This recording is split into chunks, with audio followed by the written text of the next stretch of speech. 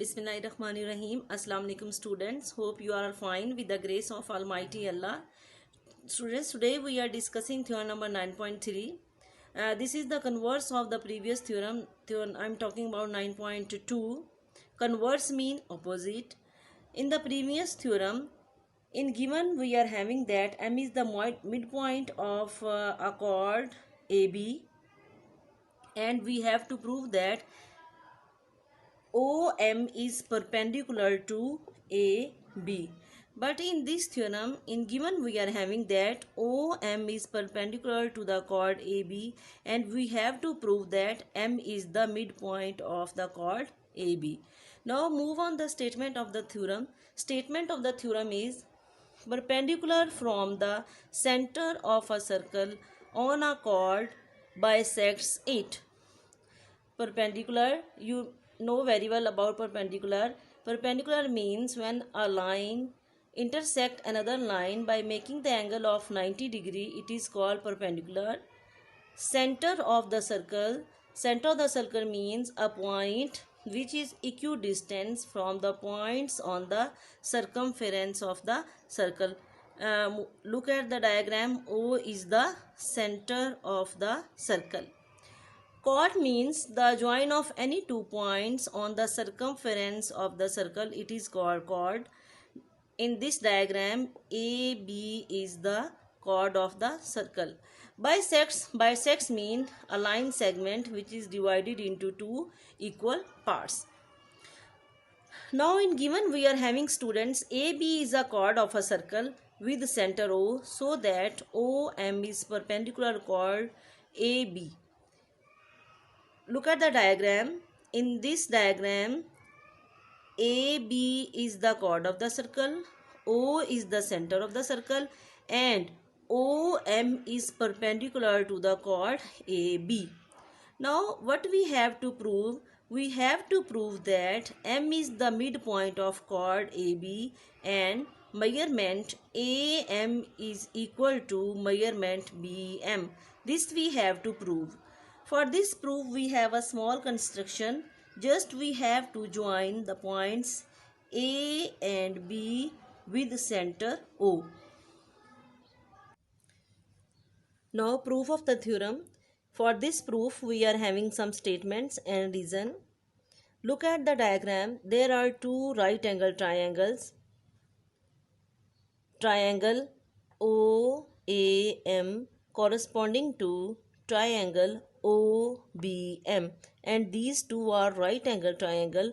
A right angle triangle mean when a triangle having the one angle of is equal to 90 degree, it is called right angle triangle. Now look at the diagram. OAM is a right angle triangle because there is a angle of is equal to 90 degree, and OBM is also a right angle triangle because it is also having a angle of 90 degree.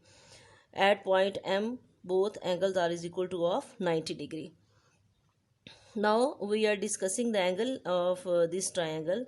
Measurement angle OMA is equal to measurement angle OMB, and both are is equal to of 90 degree.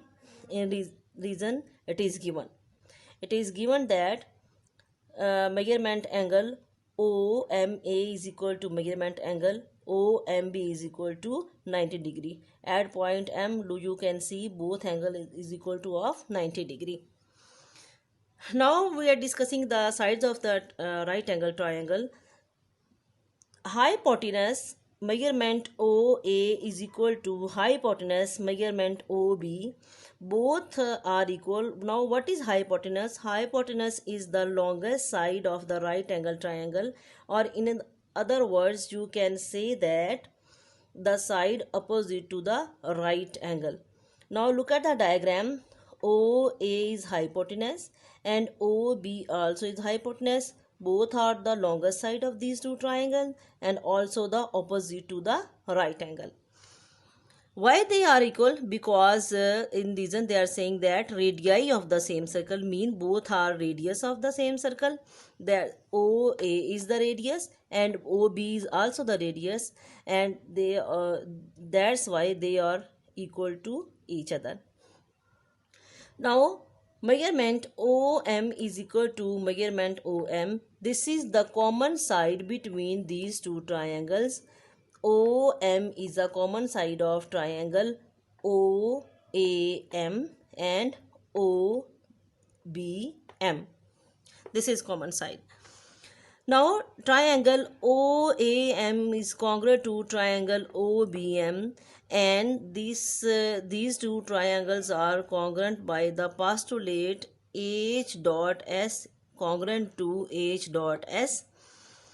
According to the this postulate, when two right angle triangles are when in two right angle triangles one side and hypotenuse is congruent to the one side and hypotenuse of the other triangle, then we can say that these two triangles are congruent. Now move on the diagram. OA is hypotenuse, and what is the common side? OM is congruent to the OB is hypotenuse and other side is OM. In these two triangles there is OM is common side and OA is congruent to OB. This is hypotenuse. So these two triangles are congruent by the postulate H dot S, congruent to H dot S. Now after this, when the congruency is proved, then we can say that measurement AM is equal to measurement BM, and these are the corresponding sides of the congruent triangle. So such that OM bisects the chord AB. You can say that OM divides the chord AB into two equal parts. This is the proof of the theorem. Students, today diaries, you have to do the practice of theorem number 9.3. It is on page number 183 of your book.